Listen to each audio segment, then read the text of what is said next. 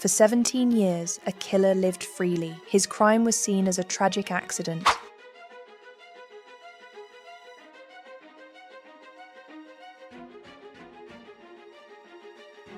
Nothing more. A loving husband losing his wife in a car crash. A heartbreaking story that touched an entire community. But what if the grieving widower wasn't grieving at all? What if the man who stood at the funeral sobbing over his wife's coffin was the one who killed her? Hold on, because this story is darker than it seems.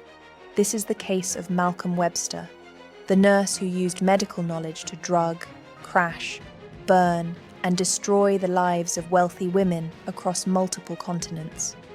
Before we dive in, make sure to subscribe, because what you're about to hear is one of the most shocking true crime stories ever told. Malcolm Webster appeared to be everything a woman could dream of. Educated, charming, responsible, and calm under pressure. As a trained nurse, he was trusted instantly. Patients admired him. Friends described him as warm, funny, and considerate. And Claire Morris, his first wife, believed she had found the perfect partner.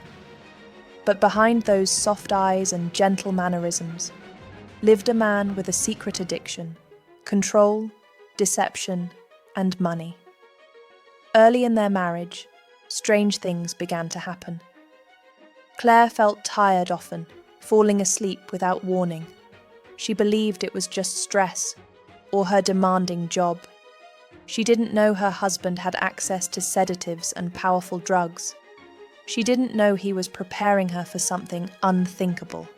Because in just a moment, I'll tell you why Claire's sudden drowsiness was not normal, why it was the first step of Malcolm's deadly plan.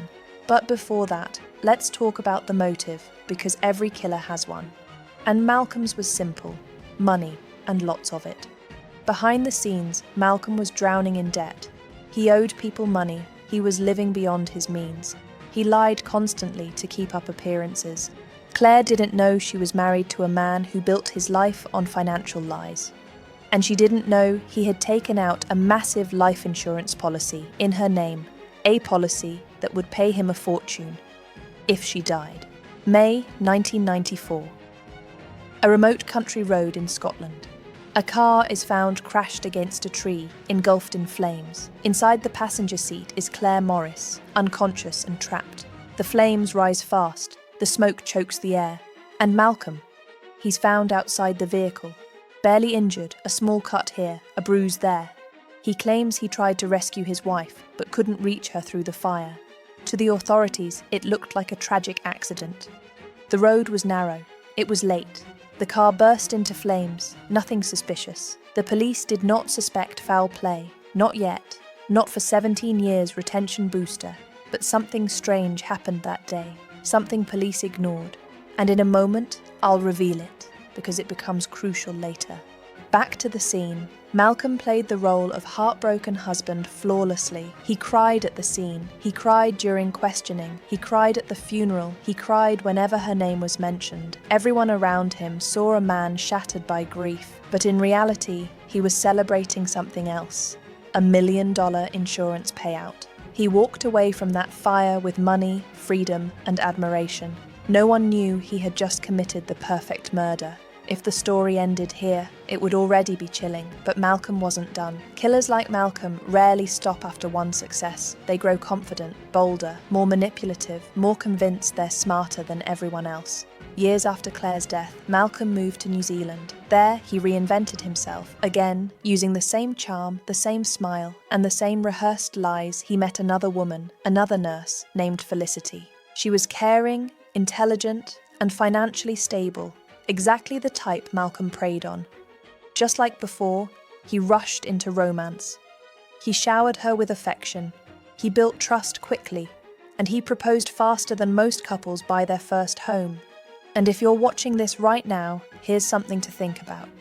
This is how predators operate. They don't wait. They accelerate.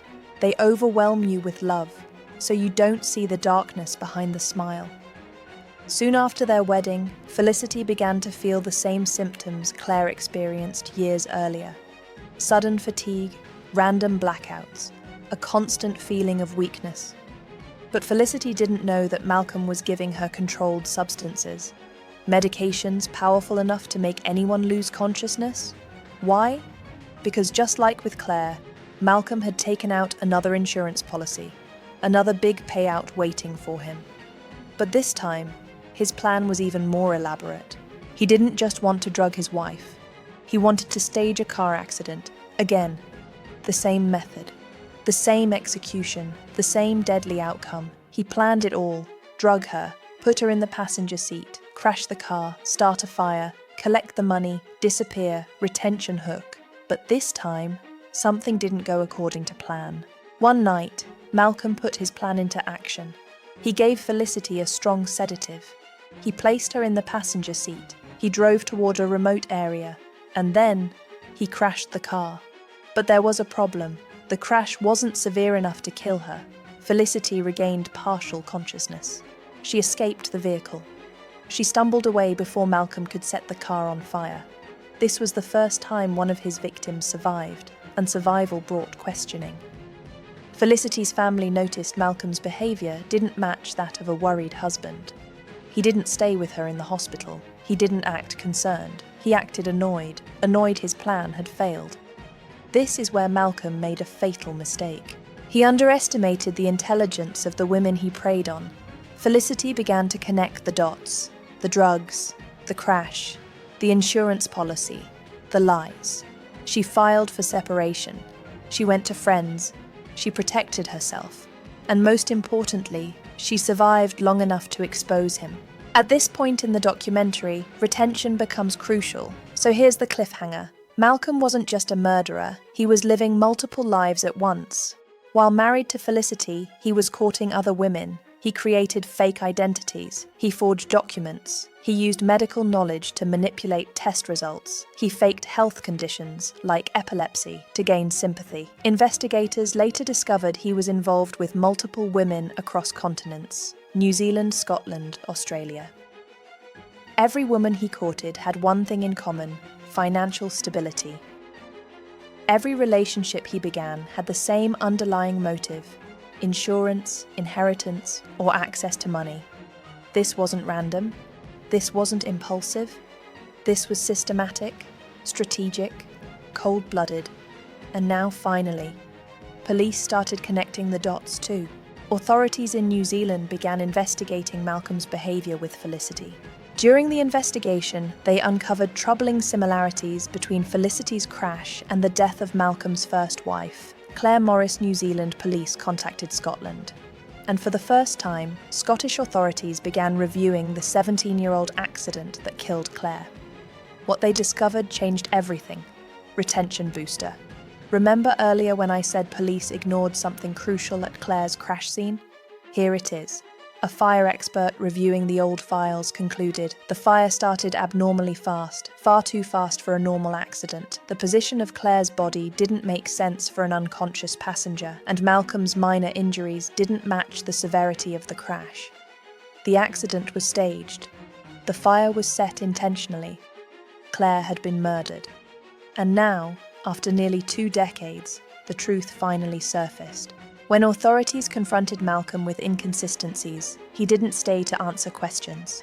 Instead, he did what he always did. He fled. He crossed borders. He vanished from hotels. He switched phones. He used new identities. He isolated himself from everyone. But he couldn't run forever. The international investigation finally caught up to him. Malcolm Webster was arrested, not for one crime, not for 2, but for a series of calculated, premeditated acts spanning decades and continents. During trial, the full scale of Malcolm's crimes came to light. The jury heard about the drugging, the staged accidents, the life insurance schemes, the manipulation, the psychological abuse, the financial exploitation. The case shocked the world. The judge described Malcolm Webster as a man of breathtaking callousness. He was found guilty of murder, attempted murder, fraud, theft, forgery. He was sentenced to life imprisonment. Claire's family finally received justice, 17 years after her death. Felicity survived and rebuilt her life. Other women Malcolm deceived eventually learned the truth. But the biggest consequence was this. The world learned how easily a charming, intelligent, trusted professional could manipulate every system around him. Malcolm Webster was not a monster hiding in the shadows. He was the man standing right next to you, smiling politely. That's what made him truly terrifying. If this case teaches us anything, it's this. Evil doesn't always look like evil. Sometimes it looks like safety. Sometimes it looks like love. Sometimes it looks like the person holding your hand as you cry over the coffin of the very woman he murdered. Thank you for watching this documentary. If you want more deep dive true crime stories, make sure to subscribe, turn on notifications, and share this video with someone who loves investigative storytelling. And remember, stay aware, stay safe, and stay curious.